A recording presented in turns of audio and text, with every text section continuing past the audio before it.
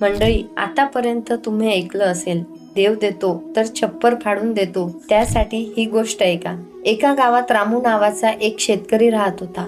तो अतिशय प्रामाणिक, साधा आणि नेहमी इतरांची मदत करणारा होता. एक संध्याकाळी रामू शेतावरून घरी येत असताना त्याच्या पायात काटा रुतला. तो थांबला आणि म्हणाला, हा काटा इथेच राहिला तर कुणाच्या तरी पायाला परत लागेल. म्हणून त्याने तो काटा जोरात उपटून काढला. काटा निघताच खाली अनेक सोन्यांच्या मोहरा चमकताना दिसल्या. रामू चकित झाला, पण मनात विचार आला की हे धन माझे नाही आणि जर माझ्यासाठी असेल तर देव स्वतः मार्ग दाखवेल.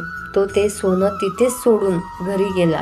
घरी येऊन त्याने सगळी गोष्ट पत्नीला सांगितली. रामूची पत्नीही तितकीच साधी होती. तिने ही गोष्ट चुकून शेजाऱ्याला सांगितली, पण तो शेजारी मात्र फार लोभी आणि चालाक होता. रात्री कुदळ घेऊन त्या ठिकाणी पोहोचला आणि खोदायला लागला, पण सोन्याऐवजी तिथून मोठे मोठे विंचू बाहेर आले.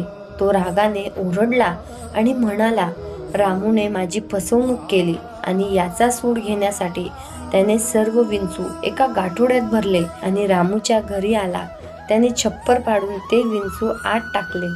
पण इथेच भगवंतांची लीला झाली. जसेच विंचू घरात पडत होते तसे सोन्याच्या मोहरांमध्ये बदलत होते.